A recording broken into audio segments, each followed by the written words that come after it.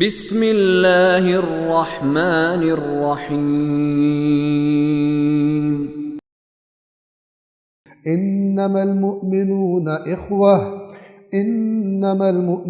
اخوة فاصلحوا بین اخویکم واتقوا اللہ لعلکم ترحمون یا ایہا الذین آمنوا لا يسخر قوم من قوم عسى ان يكونوا خيرا منهم ولا نساء من نساء عسى ان يكن خيرا منهن ولا تلمزوا انفسكم ولا تنابزوا بالالقاب بئس الاسم الفسوق بعد الايمان ومن لم يتب فاولئك هم الظالمون۔ مومن تو بس آپس میں بھائی بھائی ہیں، یعنی مومنوں کا ایک رشتہ ہے، اور وہ کیا ہے؟ اللہ کے ہاں آپس میں بھائی بھائی ہیں، لہٰذا تم لوگ اپنے دو بھائیوں کے درمیان صلح کرا دیا کرو اور اللہ سے ڈرتے رہو تاکہ تم پر رحم کیا جائے۔ دو بھائیوں کے درمیان صلح کرا، مومن بھائی بھائی ہیں، اگر دو بھائیوں کی لڑائی ہو جائے ان کی آپس میں صلح کروا دو، اور صلح کی شرط اوپر بتا دی کہ صلح انصاف کے ساتھ ہو، لیکن یہ کہ اب جو مومن ہے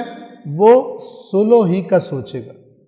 اور اگر ہم دو مومنوں کو لڑا ہوا دیکھتے ہیں اور ہماری ایک سے کوئی خلش تھی تو ہم کہتے ہیں چلو اور لڑاؤ ان کو، یہ ایمان کی نشانی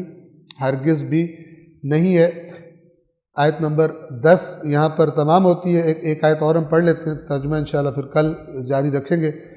اے ایمان والو، کوئی قوم کسی قوم سے تمسخر نہ کرے، مذاق اڑانا،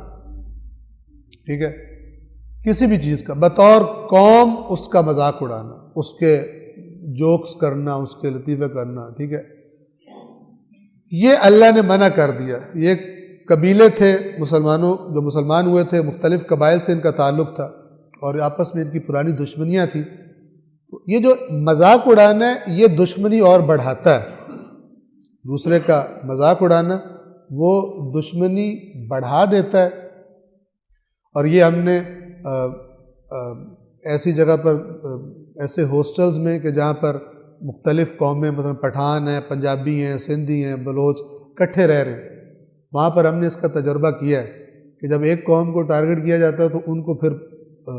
غصہ آتا ہے، ان کے وہ جو قومی جذبات ہیں وہ اور بھڑکتے ہیں، لہذا اللہ نے منع کیا، اور منع کیسے زبردست الفاظ میں کیا کہ اے ایمان والو، کوئی قوم کسی قوم سے تمسخر نہ کرے، مذاق نہیں اڑائے دوسرے کا، اور آگے بات کیا کی، ہو سکتا ہے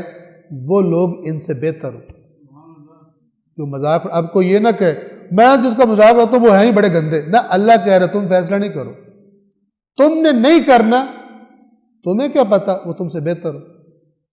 اور روز قیامت یوم تبلی السرائر، جس دن راز کھولے جائیں گے، اس دن انسان دیکھے گا وہ تجھے میں اتنا نیک سمجھتا تھا، تو اتنا بڑا چیٹر تھا، اور کہیں گے کہ یہ جو بیچارہ اس کی نیکی کبھی ظاہر نہیں ہوئی تھی، نارمل سا تھا، یہ خدا کے اتنا قریب تھا۔ قیامت کے بارے میں سورہ واقعہ آگے آ جائے گی، اذا وقعت الواقعہ لیس لوقعتها کاذبہ خافضۃ رافعہ، پستوں بلندوں کو پست کر دینے والی اور پستوں کو بلند کر دینے والی، یعنی دنیا میں جن کی کوئی حیثیت نہیں تھی، قیامت کے دن ان کا وہ مقام ہوگا، اور جو دنیا میں جن کے پروٹوکول ہی نہیں ختم ہوتے تھے ان کو گھسیٹ گھسیٹ کے لایا جا رہا ہوگا، قیامت پست و بلند کر دی، خافضۃ رافعہ، یہ تو اس دن پتہ چلے گا، ہمیں تو ظاہر کے مطابق ہوا، لہذا کہا مت مذاق اڑاؤ کسی کو۔ ابھی مومن بھی ہے، کسی کو کہہ رہا او کانے، کسی کو کہہ رہا او لنگڑے، او چھوڑ، ہر بات پر مذاق اڑا رہا ہے، کسی کی زبان کا مذاق اڑایا جا رہا ہے، کسی کے رنگ کا مذاق اڑایا جا رہا ہے، کسی کے خاندان کا مذاق اڑایا جا رہا ہے، اور تو گھٹیا تیرا تعلق ہے خاندان سے، تمہاری نسل ہی گندی ہے، سبحان اللہ، نسل تو آدم سے چلی، نسل ابھی اگلی آیت میں یہی ہے، آج اب وہ پڑھ نہیں پائیں گے کہ تم ایک باپ اور ایک ماں سے تمہیں پیدا کیا۔ اس میں بھی لغویات کا ورژن بھی ہے، وہ بھی آپ کو سناؤں گا۔ ایک صاحب نے ممبر پہ آگے فرمایا کہ جو جو اللہ بیٹے دیتا ہے وہ اولاد آدم ہے، جو امام حسین دیتے ہیں وہ آدم کی اولاد نہیں ہے. ایسے جیسے امام حسین کا الگ سسٹم ہے اولادیں دینے. شرم نہیں آتی ایسی لغویات بک کر مکتب اہل بیت کو بدنام کرنے.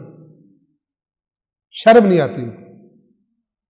اور ہمیں عقل نہیں آتی کہ پھر بھی سنتے. یہ ممبر پہ کہا اس نے جو حسین دے ان کا باپ آدم نہیں ہے.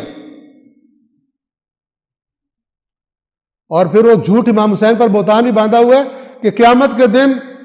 وہ راہب نے کہا بس کر دے بیٹے دینا، تو امام حسین نے فرمایا اگر تو مجھے نہ روکتا تو میں تجھے اتنے بیٹے دیتا کہ آدم کے بیٹے تھوڑے ہوتے، قیامت کے دن تیرے بیٹے زیادہ ہوتے. اور نعرہ مارو سبحان اللہ.